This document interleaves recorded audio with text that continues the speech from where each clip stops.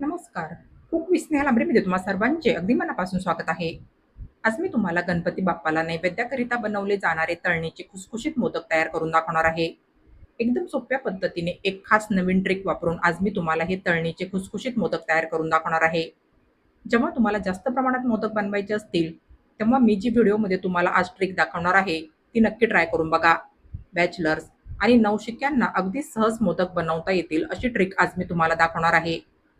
तळणीचे मोदक खुसखुशीत व्हावे आणि जास्त प्रमाणात भरीव मोदक बनवायचे असल्यावर मोदक अगदी फटाफट बनवून व्हावे त्यासाठी मी तुम्हाला एक सिंपल ट्रिक आजच्या या व्हिडिओमध्ये दाखवणार आहे.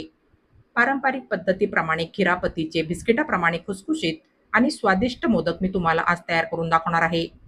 कुठल्याही प्रकारचा साचा न वापरता सुबक आणि सुंदर कळ्यांचे तळणीचे मोदक आज मी तुम्हाला तयार करून दाखवणार आहे. चला तर मग वेळ वाया न घालवता लगेचच आपण आपल्या आजच्या या चविष्ट रेसिपीला सुरुवात करूया. तर सर्वात अगोदर आपण मोदकांची कणिक मळून घेणार आहोत. तर त्यासाठी इथे या बाउलमध्ये मी मेजरिंग कपाच्या मापाने 1 कप गव्हाचं पीठ घालून घेणार आहे.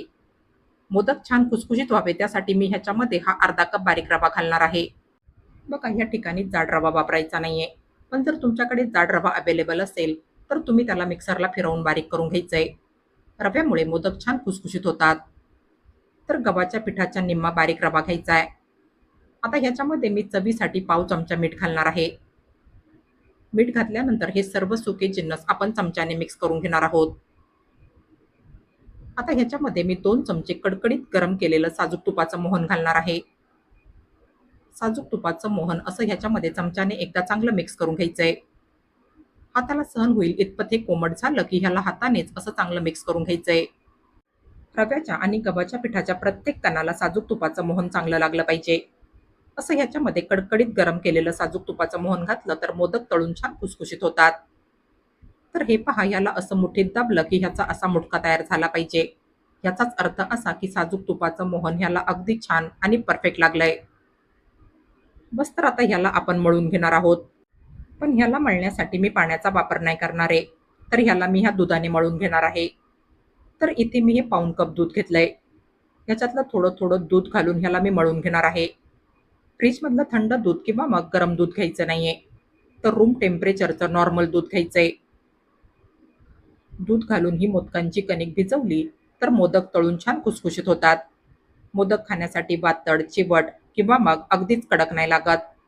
तर असं गरजेप्रमाणे थोडं थोडं दूध घालून ह्याला आपण मळून घेणार आहोत. तर हे पहा ह्याचा मी मळून असा घट्ट उंडा तयार करून घेतलाय. पुरीसाठी आपण जशी कणिक भिजवतो बस तसाच हा उंडा हलकासा घट्ट भिजवून घ्यायचा आहे. हा उंडा मळायला मी बरोबर अर्धा कप दूध वापरलंय. सर्वात शेवटी ह्याला असं चमचाभर तेल घेऊन तेलामध्ये चांगलं मळून घ्यायचंय. गव्हाच्या पिठासोबत आपण ह्याच्यामध्ये रवा सुद्धा घातलाय. तेव्हा ह्याच्यातला रवा भिजून येण्यासाठी याला आपण ह्याच्यावर घट्ट झाकण ठेवून 10 मिनिट भिजत ठेवणार आहोत. मोदकाची कणिक भिजत आहे तोपर्यंत आपण मोदकासाठी लागणारं खिरापतीचं सारण तयार करून घेऊया. तर इथे या मिक्सरच्या भांड्यामध्ये मी सुरुवातीला हे 1 कप किसलेलं सुकं खोबरं घालून घेणार आहे. यानंतर ही अर्ध्या कपाला अगदी थोडीशी कमी साखर मी ह्याच्यामध्ये घालणार आहे. तुम्ही जर जास्त गोड खात असाल तर साखर तुम्ही ह्या ठिकाणी पूर्ण अर्धा कप घ्यायची आहे. ही सर्व मापं तुम्ही वाटीच्या साह्याने मोजून घेतली तरी चालेल. मोदक जर तुम्हाला जास्त दिवस टिकवायचे असतील तर सुकं खोबरं तुम्ही हलकसं भाजून घ्यायचंय. असे खोबरं न भाजता केलेले खिरापतीचे मोदक 3 ते 4 दिवस अगदी आरामशीर टिकतात आणि खोबरं भाजून केलेले मोदक 7 ते 8 दिवस टिकतात. यानंतर आता ह्याच्यामध्ये मी ही 1.5 चमचा भाजलेली खसखस घालून घेणार आहे. यासोबतच 3 वेलदोडे आपण ह्याच्यामध्ये घालणार आहोत. वेलदोडे असे ह्या सर्व सामग्री सोबत छान दळले जातात किंवा मग तुम्ही वेलदोड्याची पूड सुद्धा ह्या ठिकाणी वापरू शकता. गोडाचा बॅलन्स टिकून राहण्यासाठी मी ह्याच्यामध्ये चिमूटभर मीठ घालणार आहे. कुठल्याही गोड पदार्थामध्ये असं थोडंसं मीठ घातलं तर तो पदार्थ खाण्यासाठी चवीला जास्त छान लागतो. बस तर आता हे सर्व जिन्नस मी मिक्सरला बारीक करून घेणार आहे. तर हे पहा इथे आपली ही मोदकाची खिरापत ह्या ठिकाणी बनवून तयार झाली आहे. इथे एकीकडे आपल्याला ही मोदकाची कणिक भिजत ठेवून 10 मिनिट होऊन गेले. आता ह्याचा मी चपातीच्या उंड्याच्या साईजचा उंडा तयार करून घेणार आहे. तुमच्या पोळपाटाची साईज जर मोठी असेल तर तुम्ही हा उंडा पोळपाटाच्या साईजनुसार मोठा तयार करून घ्यायचा आहे. बस तर आता ह्या उंड्याची मी पातळ पोळी लाटून घेणार आहे. तर असं ह्याला गव्हाचं सुकं पीठ लावून याची मी पातळ पोळी लाटून घेणार आहे. मोदकाची कणिक ही अगदीच सैल भिजवायची नाहीये. त्याच्याने मोदकाला आकार व्यवस्थित नाही आहेत. पुरीच्या कणकेप्रमाणे मोदकाची कणिक हलकीशी घट्टसर भिजवून घ्यायची आहे. तर हे पहा, इथे मी ह्याची अशी एवढी मोठी आणि अशी पातळ पोळी लाटून घेतली आहे. आता ह्या लाटलेल्या पोळीच्या मी छोट्या-छोट्या गोल स्लाइस कट करून घेणार आहे. तर हे पहा, अशा ह्या वाटीने मी ह्या पोळीच्या गोल स्लाइस कट करून घेणार आहे. ह्याच्याने आपलं काम अगदी सोपं होईल. छोटे-छोटे उंडे तयार करून त्यांना लाटत बसण्यापेक्षा अशी एक मोठी पोळी लाटून ह्याच्या अशा छोट्या-छोट्या गोल स्लाइस कट करून घ्यायच्या आहे. या ट्रिक्सने तुम्ही अगदी झटपट जास्त प्रमाणात मोदक तयार करू शकाल. तर हे पहा, इथे मी ह्या काही स्लाइस तयार करून घेतल्या आहे.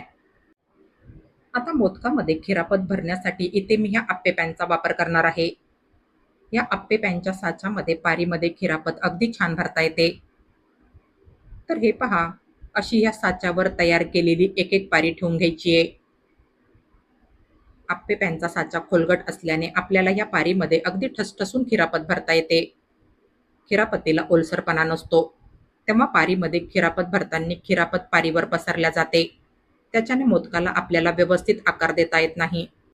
पण असं या आप्पे पॅनच्या साच्यामध्ये तुम्हाला या पारीमध्ये अगदी ठसठसून खिरापत भरता येईल आणि मोदक दिसायला छान भरीव दिसेल. मोदकाला ह्याच्याने आकारही छान येईल. तर अशी पारीमध्ये गरजेप्रमाणे खिरापत भरून घेतल्यानंतर ह्या पारीला हे पहा, अशा पद्धतीने घड्या करत जायचंय. हे पहा, अशा एका हाताच्या बोटांनी ह्या पारीला घड्या करत जायच्या आहे आणि दुसऱ्या हाताच्या बोटांनी या घड्या चिमटीत दाबून ठेवायच्या आहे. शेवटी शेवटी पारीतलं सारण असं बोटाने दाबायचंय आणि पारीच्या शेवटच्या 2-3 कळ्या तयार करून घ्यायच्या आहे. बस, तर आता सर्वात शेवटी पारीला केलेल्या सगळ्या घड्या घट्ट पकडायच्या आहे आणि ह्यांना एकत्र करून एकमेकांना चिटकून घ्यायचंय. हे पहा, या पारीच्या कडा अशा एका जागेवर एकमेकांना चिटकून घेतल्या की ह्यांना मोदकाला असतं तसं छोटंसं टोक तयार करायचंय. तर हे पहा, इथे आपला हा मोदक बघा किती छान बनून तयार झालाय. बस, अशाच पद्धतीने मी सगळे मोदक तयार करून घेणार आहे. वाटीच्या साह्याने सगळ्या स्लाइस कट करून घेतल्या की सर्व मोदक अगदी एकसारख्या साईजचे होतात आणि आप्पे पॅनच्या खोलगट साच्यामध्ये पारीमध्ये अगदी भरभरून सारण भरता येतं. त्याच्याने मोदक दिसायला छान भरीव दिसतो आणि त्याला आकारही फार छान येतो. तर हे पहा, इथे आपला हा मोदक देखील बघा किती सुंदर आणि भरीव तयार झालाय. तर या ठिकाणी मी हे सगळे मोदक दाखवल्याप्रमाणे तयार करून घेतले. दाखवलेल्या ट्रिक्सने आपले हे सगळे मोदक बघा कसे अगदी एकसारख्या साईजचे, भरीव, सुबक आणि सुंदर बनून तयार झाले. बस, तर आता तयार केलेले मोदक मी ह्या तेलामध्ये तळायला घालणार आहे. तुम्हाला हवं तर तयार केलेले मोदक आवडीप्रमाणे साजूक तुपामध्ये सुद्धा तळून घेऊ शकता. मीडियम गरम झालेल्या तेलामध्ये हे मोदक तळायला सोडायचे. तुम्ही जर ह्यांना अगदीच कडकडीत गरम झालेल्या तेलामध्ये तळायला सोडलं तर तुमचे मोदक तेलात घालताच तळून डार्क होतील. त्याच्याने मोदक तळून खुसखुशीत नाही होणार आणि मोदकांचा रंग आणि चव सुद्धा त्याच्याने बिघडेल. तेव्हा तयार केलेले मोदक मीडियम गरम झालेल्या तेलामध्ये तळायला सोडायचे. तेल मीडियम गरम करून घेतलं की गॅसची फ्लेम लो करायची आहे आणि ह्यांना मंद आचेवर तळून घ्यायचंय. सुरुवातीचे 3 ते 4 मिनिट यांना अगदी काळजीपूर्वक तळायचंय. मोदक सगळ्या बाजूने हलकेसे तळून घेतले की मग तुम्ही ह्यांना बिनधास्त उलट-सुलट करून तळू शकता. सुरुवातीचे 3 ते 4 मिनिट मात्र ह्यांना अगदी काळजीपूर्वक उलट-सुलट करून तळून घ्यायचंय. अधूनमधून गॅसची फ्लेम लो टू मीडियम करत राहायची आहे आणि ह्यांना अगदी खुसखुशीत होईपर्यंत तळून घ्यायचंय. तर हे पहा, इथे आपल्या या मोदकांचा रंग या ठिकाणी हळूहळू चेंज व्हायला लागलाय. हे मोदक आपण छान सोनेरी रंग येईपर्यंत तळून घेणार आहोत. अगदी मंद आचेवर तुम्ही हे मोदक तळले तर तुमचे मोदक अगदी खुसखुशीत तळल्या जातील आणि मोदकांना छान एकसारखा रंग येईल. तर हे पहा, आता आपल्या ह्या मोदकांना तळून छान सोनेरी रंग आलाय आणि आपले हे मोदक तळून छान खुसखुशीत देखील झाले. बस, तर आता ह्यांना आपण ह्या तेलामधून काढून घेणार आहोत. तर हे पहा, अतिशय सुंदर, कमी तेलकट आणि खुसखुशीत असे आपले हे मोदक ह्या ठिकाणी तळून झाले. जास्त प्रमाणात तळणीचे मोदक बनवताना मी तुम्हाला दाखवलेली ट्रिक नक्की ट्राय करून बघा. बघा, कितीही जास्त प्रमाणात मोदक बनवायचे असले तर तुमचे मोदक दाखवलेल्या ट्रिकने अगदी फटाफट बनवून तयार होतील आणि शिवाय मोदकांना अगदी एकसारखा सुंदर आकार येईल. मोदक दिसायला छान भरीव दिसेल. तर हे पहा, इथे आपले हे सर्व मोदक अगदी एकसारख्या साईजचे, सुबक, सुंदर, भरीव आणि अगदी खुसखुशीत बनून तयार झाले. जास्त प्रमाणात मोदक बनवताना मी तुम्हाला व्हिडिओमध्ये दाखवलेली ट्रिक नक्की ट्राय करून बघा. बघा, तुमचे सगळे मोदक असेच एकसारख्या साईजचे, सुबक, सुंदर, भरीव आणि खुसखुशीत बनून तयार होतील.